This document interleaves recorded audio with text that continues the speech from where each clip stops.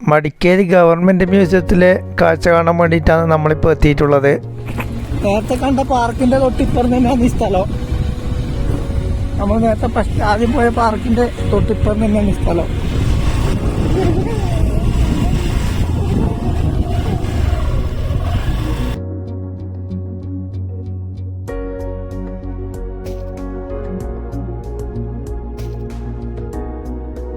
നമ്മളിതുവഴി ഇങ്ങനെ നടന്ന് മുന്നോട്ട് പോക്കാന്ന്.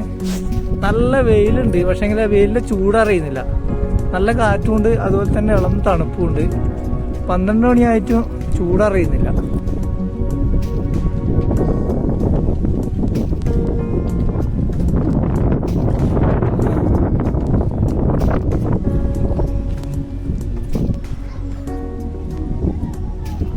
നല്ല കാറ്റുണ്ട്, നല്ല ചൂടാവുണ്ട് തന്നെ. ആ ബിൽഡിങ്ങിന്റെ ഇടയിലോട്ട് നല്ല റോഡുണ്ട്. ഇതും ഒരു ഉയർന്ന സ്ഥലം തന്നെയാണ്, ഉയരത്തിൽ തന്നെയാണ് ഉള്ളത്. ഭയങ്കരമായ കാറ്റാണ്.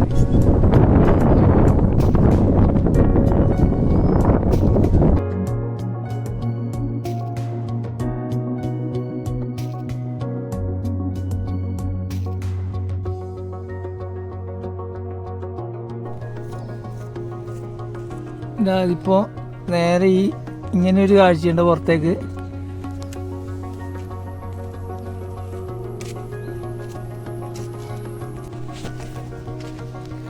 അശ്വിനി വൈഷ്ണവ് അങ്ങ് ദൂരോട്ടെത്തി. ഞാൻ ഇങ്ങനെ ഓരോ സ്ഥലം കണ്ട് നോക്കി പോകുന്നതുകൊണ്ട് തന്നെ കുറച്ചും കൂടി ബാക്കോട്ടാന്നുള്ളത്.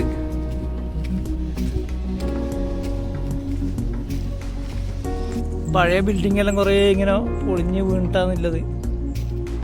കുറേ എന്തല്ലോ ഇവിടെ മെയിൻ്റെനൻസിൻ്റെ എല്ലാം പണി നടക്കുന്നുണ്ട്. ഇതെല്ലാം അത്ര പഴക്കമുള്ള ബിൽഡിംഗ് ആണെന്നാണ് മനസ്സിലാകുന്നത്. കൃത്യമായി ചോദിച്ച് മനസ്സിലാക്കേണ്ടെങ്കിൽ ഇവിടെ വീട് അങ്ങനെയുള്ള കാര്യങ്ങളൊന്നും കാണുന്നില്ല. പഴകി ദ്രവിച്ച രീതിയിലുള്ള ഇലക്ട്രിക് പോസ്റ്റാണ് ഈ കാണുന്നത്. ഇതെല്ലാം പെട്ടെന്ന് തന്നെ മാറ്റിയില്ലെങ്കിൽ ഒരുപക്ഷെ വലിയ അപകടം സംഭവിക്കാൻ സാധ്യതയുണ്ട്. വേറൊരു പോസ്റ്റ് ചെരിഞ്ഞ് 7 നിമിഷം താഴെ വീഴാൻ പറ്റുന്ന രീതിയിലുള്ള അവസ്ഥയിലാണ് ഉള്ളത്.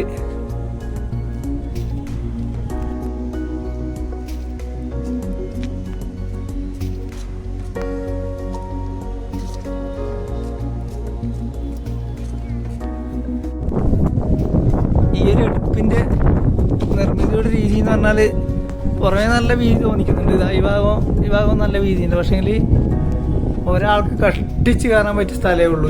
ഇത് ഏകദേശം ഒരു 1.5 അടി ഇല്ലാന്ന് തോന്നുന്നു. അത്രക്കും കഷ്ടിച്ച് ഉള്ളൊരു വീതിയാണ് കാണുന്നത്. അതുപോലെ തന്നെ പുറത്തേക്ക് ഉള്ള കാഴ്ച കാണാൻ വേണ്ടിയിട്ട് ഒരു ദ്വാരം ആടി വെച്ചിട്ടുണ്ട്. ഞാൻ ചെരിഞ്ഞ് കയറാൻ വേണ്ടി പറ്റുമോ നോക്കാം.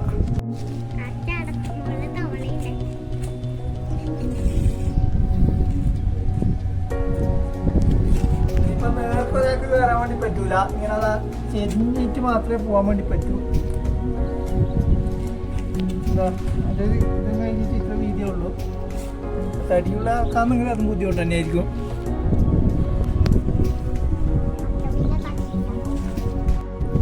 ഒരു പഴയ ബിൽഡിംഗ് ആയത്, നല്ല ഭംഗിയുള്ളൊരു ബിൽഡിംഗ് ആയിരുന്നു. ഇത് പഴകി ദ്രവിച്ച് നാശോന്മുഖമായിട്ടാണുള്ളത്. 2 ആനേൻ്റെ പ്രതിമയുണ്ട്. കുറേ ആൾക്കാർ താഴെ നിന്ന് ഫോട്ടോ എടുക്കുന്നുണ്ട്.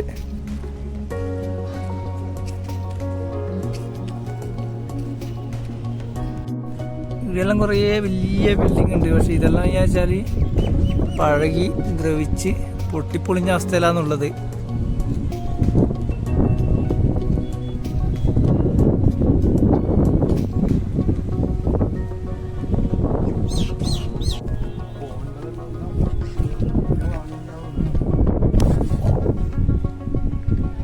ഇത് പോകേണ്ട വഴിയാന്നാ തോന്നുന്നത്, പണ്ട് കാലത്ത് ആക്കി വെച്ചേ. പക്ഷെ ഇതെല്ലാം മൊത്തം പൊട്ടി പൊളിഞ്ഞിട്ടാണുള്ളത്.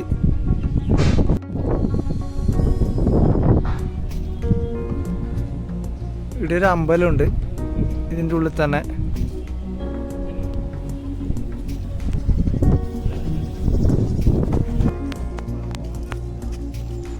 അപ്പോൾ താഴെ ഇറങ്ങി ആനേൻ്റെ അടുത്തേക്ക് ഇങ്ങനെ പോക്കാന്ന്.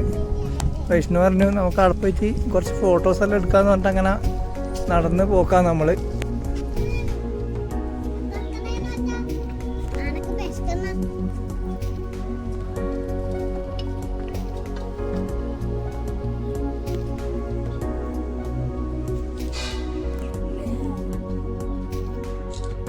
ഞങ്ങൾ കാര്യമായിട്ട് വായിക്കുന്നുണ്ട്.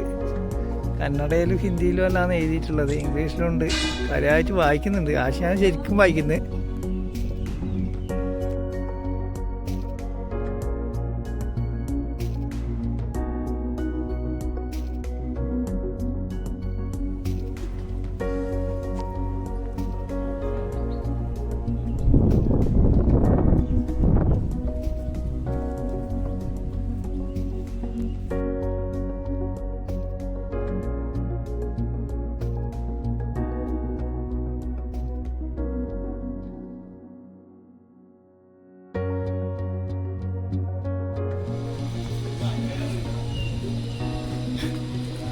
ഇതിൻ്റെ ഉള്ളിലേക്ക് പ്രവേശനമില്ല. നമ്മളിങ്ങ് കയറി. അന്നേരം സെക്യൂരിറ്റി അവിടുന്ന് വിസിലടിച്ചു. ആശയുടെ ഇരുന്നുണ്ട് തളർന്നിട്ട്. തളർന്നു പോയില്ല ഇവിടെ നടന്നിട്ട്.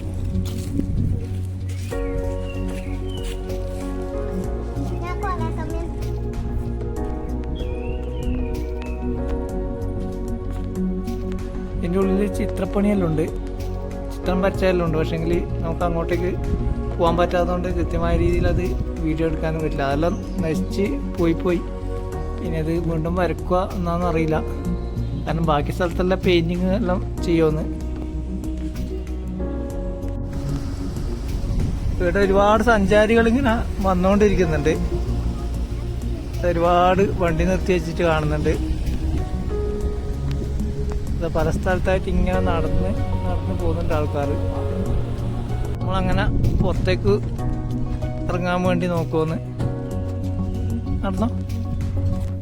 മൊത്തത്തിൽ എന്തെല്ലോ പണി ഇങ്ങനെ നടന്നുകൊണ്ടിരിക്കുമെന്ന്. ഈ പണിയെല്ലാം കഴിഞ്ഞിട്ട് സഞ്ചാരികൾക്ക് ഇത് തുറന്നു കൊടുക്കുമായിരിക്കും.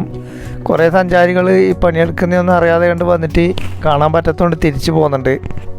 അപ്പോൾ നമുക്കും വേണ്ടത്ര രീതിയിൽ കാണാൻ വേണ്ടി പറ്റിയില്ല.